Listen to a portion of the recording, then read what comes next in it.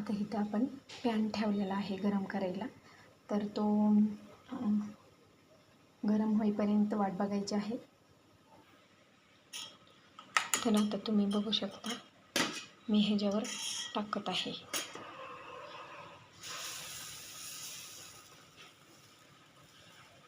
आपला आता पॅन गरम झालेला आहे, डोशाचा पॅन आहे तो. तर छोटे छोटे असे पसरून घ्यायचे आहेत.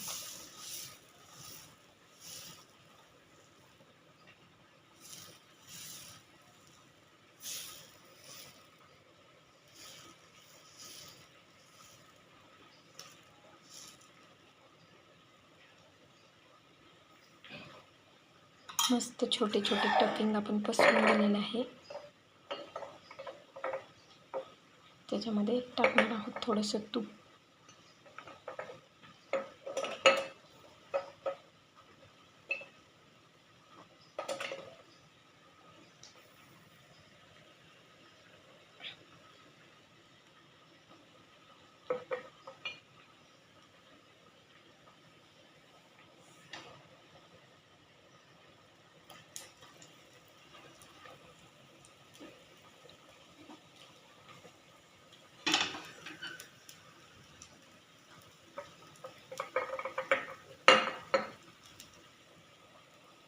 ह्यातला स्पून खूप छोटा आहे, त्याच्यामुळे त्या स्पूनचं काढायला येत नाही, म्हणून मी असंच पसरून दिलेलं आहे थोडंसं तूप.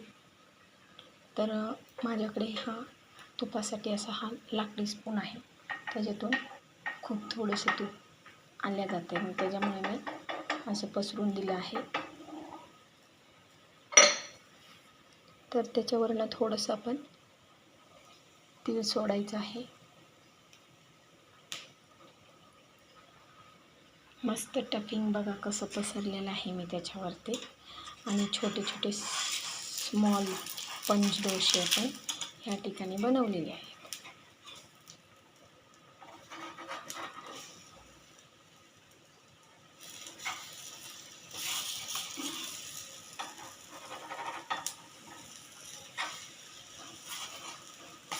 बघा मस्त काही लाल छान ब्राऊन कलर आलेला आहे.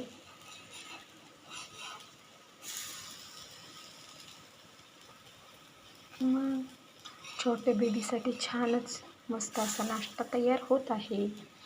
आजची टिफिन रेसिपी कशी वाटली तुम्हाला, तुम्ही मला नक्की सांगायचं.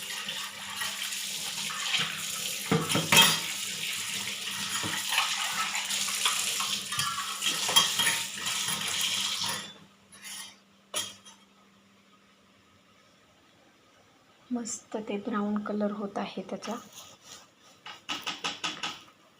आणि ह्याचे सेप पण बनवायचे असतील ना, तर सेप पण आपल्याकडे बनवू शकतो आपण, कारण माझ्याकडे सेप कटर पण आहे, तर ते सेपने पण बनवू शकतो आपण. पचायला हलके व्यवस्थित. तरी आपण ह्याच्यात आपण अद्रक ॲड केलेला नाही आहे, फक्त लसूण. आणि काही एकदम सोपी पद्धत आहे, ह्याच्यात काय जास्त हे नाही आहे, एकदम सोप्या पद्धतीनं आपण बनवलेला आहे टिफिन आजचा. आणि ह्याच्यात भाजी असते ना, त्याच्यामुळे पोळी भाजीचा प्रश्नच येत नाही.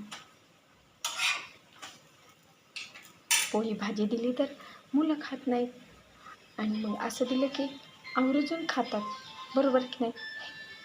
मग त्यांना कळतसुद्धा नाही की आपण त्याच्यात कुठली भाजी दिलेली आहे. जी भाजी आवडत नाही ती भाजीसुद्धा मुलं आवडीने खातात. तर तुम्हाला माझा आजचा व्हिडिओ कसा वाटला तर मला नक्की सांगा. माझा व्हिडिओ आवडल्यास माझ्या व्हिडिओला लाईक शेअर नक्की करायचे. आणि अशा छोट्या छोट्या रेसिपीसाठी माझ्या व्हिडिओला सबस्क्राईब नक्की करायचे आणि जाणून घ्यायचे छोट्या बेबींसाठी बनवण्याची सोपी आणि साधी पद्धत. तर bye bye, have a nice day. तुम्ही माझा व्हिडिओ आवडीने बघताय हेच माझ्यासाठी खूप आहे. Bye bye. तुम्हाला कशी वाटली आजची रेसिपी मला नक्की सांगायचं. माझा व्हिडिओ आवडल्यास माझ्या व्हिडिओला लाईक शेअर कमेंट नक्की करायचे. तर अशा पद्धतीने मी आजचा टिफिन बनवलेला आहे. तर तुम्हाला ही रेसिपी कशी वाटली मला नक्की सांगायचं. मंद आचेवर आपण ह्याला भाजून घेतलेलं आहे मस्त. आणि ह्याच्यात आपण काहीच वापरलेलं नाही.